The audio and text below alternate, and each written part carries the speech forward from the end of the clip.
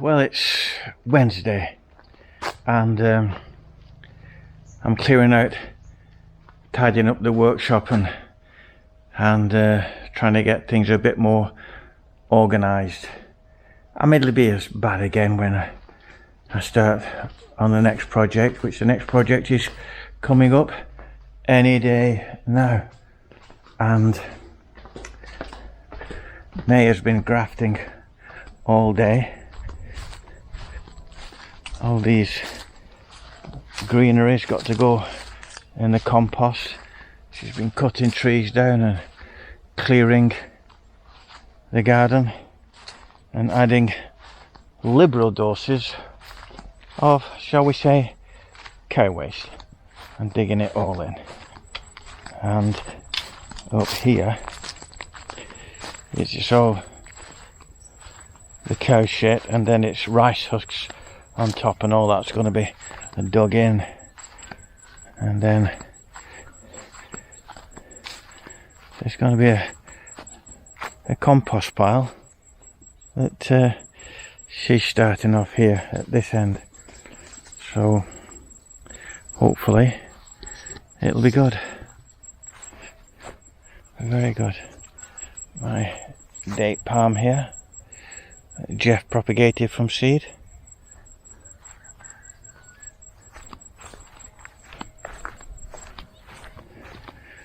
This is a mulberry I planted. Look at the height of that rascal, 3 meters. And there's whitefly here, so I'm going to go and get some soap and water on those rascals. Well, it's a lovely afternoon. It's quite warm. It's cool this morning, very cool this morning. What, about 20 degrees.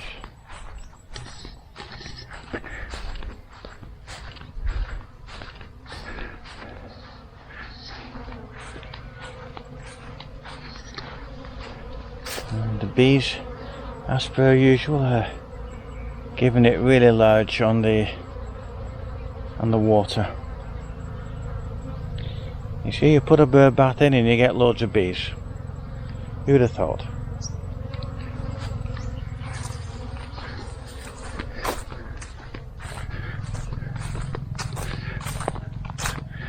This tree here, John Harrison sent me the seeds. It's 4 meters at least tall. That's a grapefruit, and I'm going to give it some calcium nitrate to encourage it to fruit.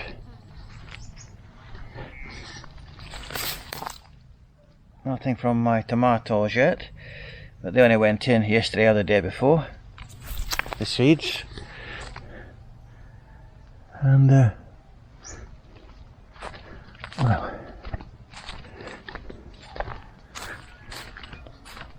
this is a custard apple tree.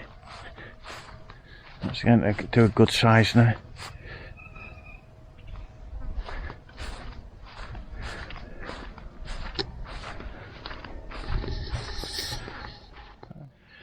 Well, good morning, good morning, good morning. Look at that, it's a whiteout again. It's misty. It's 7:30. I've just looked at the temperature. It's 19 degrees C, which is lovely and mild. But when you're acclimatized to it, it feels chilly. I mean, 19 is probably in the region of about 68, maybe 70 degrees F, which is almost summer in the UK.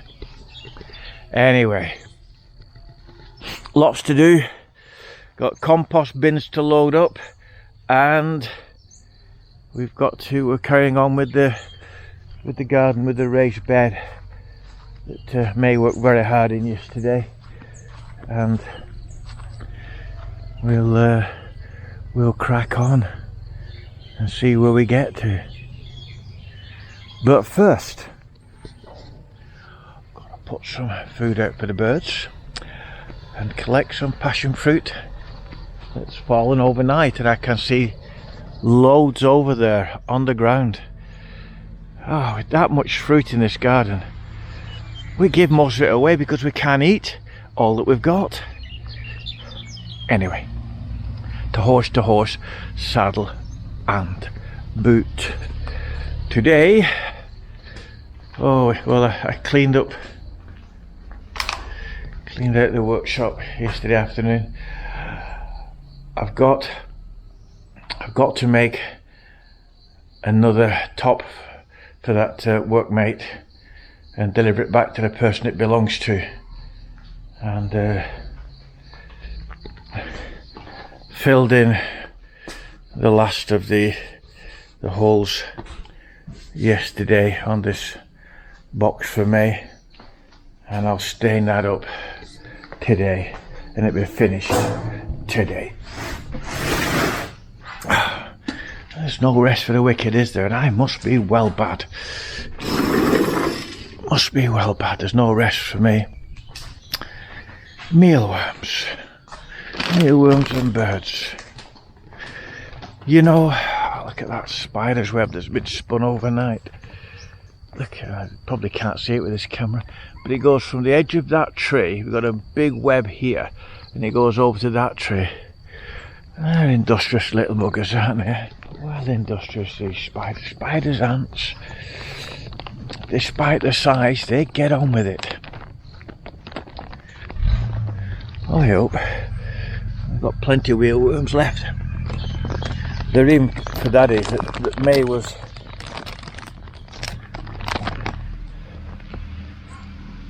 get that big rascal. The reason that there's mealworms left was because May was working in the garden all day yesterday, very active. So consequently, it frightened a few of the birds off. Now, you know what? I might just... Another one here.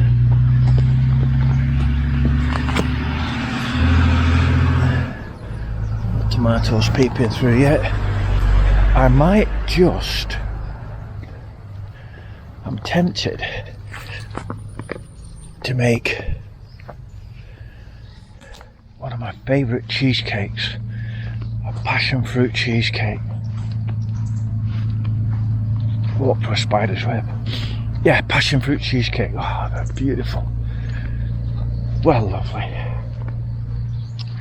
So it's like being in the UK back with fog. But it's not fog, it's mist. It'll be gone in an hour. Doesn't last long. Now, this part of the garden, where my little puddle is, there has been a success. So I'm going to build that into a proper permanent bird bath. I opened these cheesecakes I opened these passion fruits yesterday to see if the birds would eat them. Looks like they have. So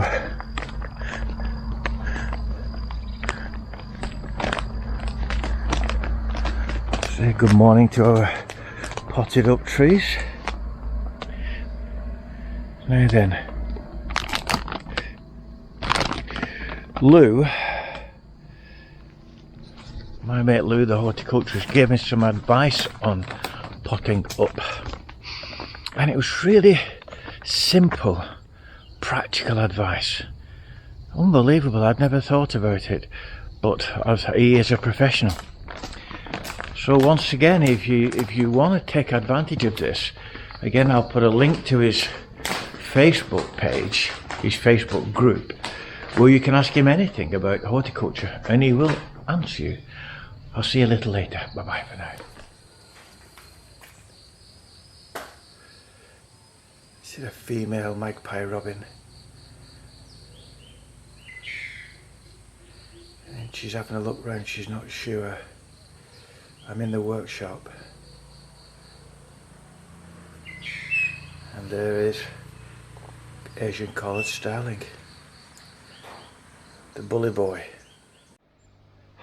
Down in the aquaponics, which is dormant because May harvested all the fish and I harvested all the veg and the fish that were in there had fry, and those fry are now probably about 2 or 3 inches long.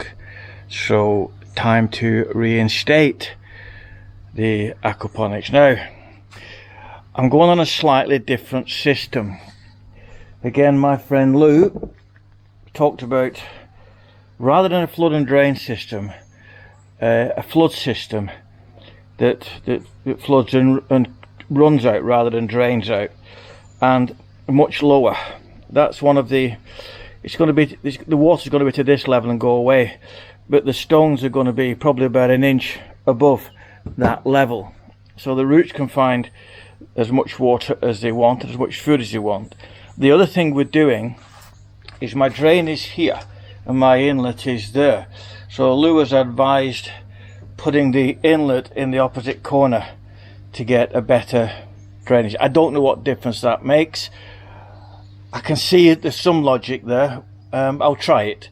So I'll cut these pipes off, and I'll put on a bend and reconnect at the opposite end.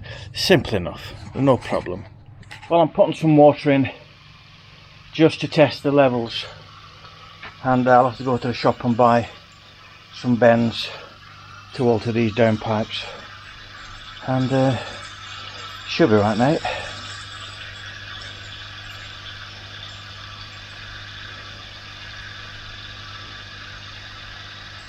Now, the one thing that Lou did want to do was to clean the inside of the top of the trays and paint them white to reflect more sunlight in, and it's not a bad idea, but I'm not doing that at this point in time. I'm just going to run this experiment with these 2 beds, leave another 2 or 3 as per normal, and see what happens.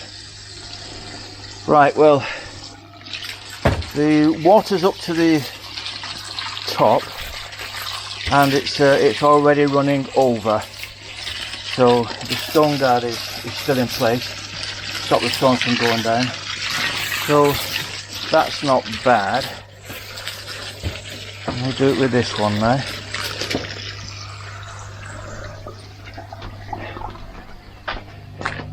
It should run pretty dirty out into here when it does come through, but once I start the system up, you'll be amazed. That water, once it's run through the beds, will be crystal clear. As it falls out, it couldn't just stay in, could it? No, it just couldn't stay in. It had to fall out. Couldn't fall in. Couldn't fall in, could it? No, it had to fall out. It's called Sod's Law.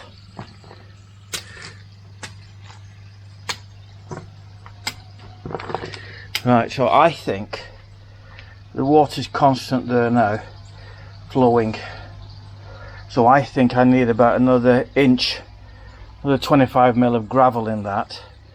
So the idea, the big thing with aquaponics is the top of your medium stays dry. If it doesn't stay dry, then mold and bacteria grow on it. So better to have that inch in, and it's the underneath the gravel where all the action takes place.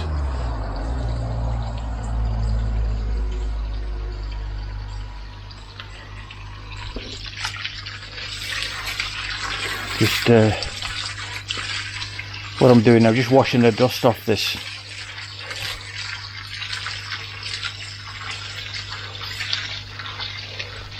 As I say, once it's cycled half a dozen times, the gravel will be quite clean, and the water. Right, we're up to the top now, and we are running through, so I need another inch of gravel in this one.